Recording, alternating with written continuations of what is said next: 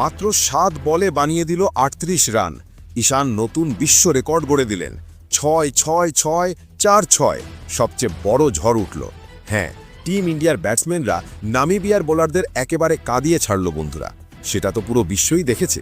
কিন্তু এই ম্যাচে ঈশান কিষান 7 বলে 38 রান করে একটি নতুন বিশ্ব রেকর্ড গড়ে ফেলেছেন। কিভাবে সেটা আপনাদের সামনে বলছি, কিন্তু তার আগে এখানে দেখুন ওই 7 বলে ঈশান কিষান কি করেছিলেন। এই রকম ইনিংস খেলার জন্য আগে অবশ্যই একটা লাইক করে দাও বন্ধুরা ঈশান কিষানের জন্য। বন্ধুরা, সব শুরু হয় ষষ্ঠ ওভারের দ্বিতীয় বল থেকে। সেখান থেকে ঈশান কিষানের যে ঝড় শুরু হয় তা সপ্তম ওভার পর্যন্ত চলতে থাকে। আর তখন বোলার ছিলেন স্মিথ। সেই সময় ঈশান 15 বলে 22 রান করে খেলছিলেন। বল পায়ের দিকে আসে এবং ঈশান কিষান দারুণ একটি সুইপ শট খেলেন। বল সোজা চলে যায় ফাইন লেগের পার। ফাইন লেগও আপনাদের দেখাই। দেখুন, এখানে থেকেই শুরু হচ্ছে সবচেয়ে বড় ঝড়ের সূচনা।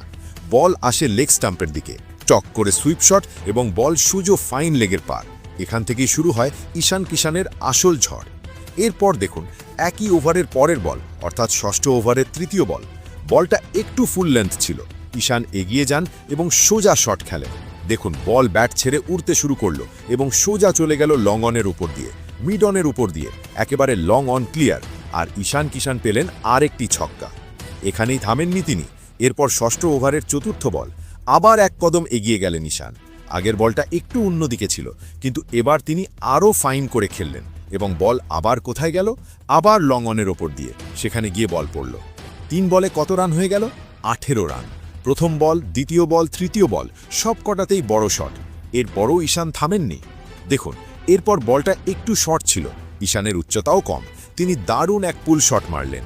শর্ট পিচ বল এলো, জোরালো পুল শট, আর বলকে পাঠিয়ে দিলেন ডিপ ব্যাকওয়ার্ড স্কোয়ার লেগের পার, সোজা স্ট্যান্ডে, সোজা দর্শকদের মাঝে। 4 বলে 4টি বড় শট, রান হয়ে গেছে 24। মনে হচ্ছিল পঞ্চম বলেও বড় শট আসবে, কিন্তু পঞ্চম বলে ছক্কা নয়, এলো 4। এখানে ঈশান পুল করলেন এবং স্কোয়ার লেগের দিকে পেলেন দারুণ একটি 4। অর্থাৎ এই ওভারের 5টি অফিসিয়াল বলে ঈশান কিষান 28 রান যোগ করে ফেললেন। কিন্তু শুরুতে আমি বলেছিলাম 7 বলে 38 রান। সেটা কিভাবে? এখন বলছি। এরপর স্ট্রাইক বদলে যায়, ওভার শেষ হয়ে যায়। যখন পরের ওভারে ঈশান আবার ব্যাটিং করতে আসেন, আগের ওভারে তিনি 5 বল খেলেছিলেন, এখন সপ্তম ওভারের চতুর্থ বল তিনি খেলেন। সেখানেও ঈশান কিষান আর একটি পুল মারেন এবং মিড উইকেটের উপর দিয়ে বল সোজা দর্শকদের মাঝে পাঠিয়ে দেন। আগে 28 রান করেছিলেন, এবার চলে যান 34 রানে। এরপর আসে আর একটি বল। বলটা একটু আরও ছোট ছিল, সেটাকেও ঈশান পুল করেন এবং সেই পুলে আর একটি 4 পান।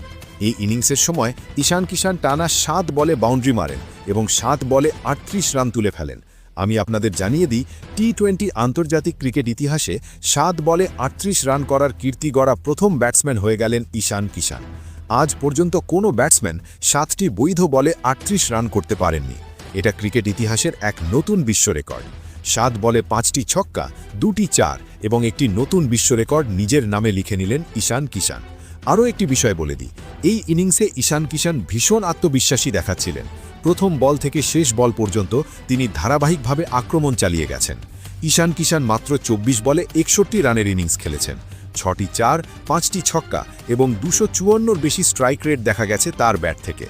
ভারতীয় দল যে বড় স্কোর গড়তে পেরেছে এবং শক্ত অবস্থানে নিজেদের স্কোর দাঁড় করাতে পেরেছে, তার পুরো কৃতিত্ব যায় ঈশান কিষানের কাছে।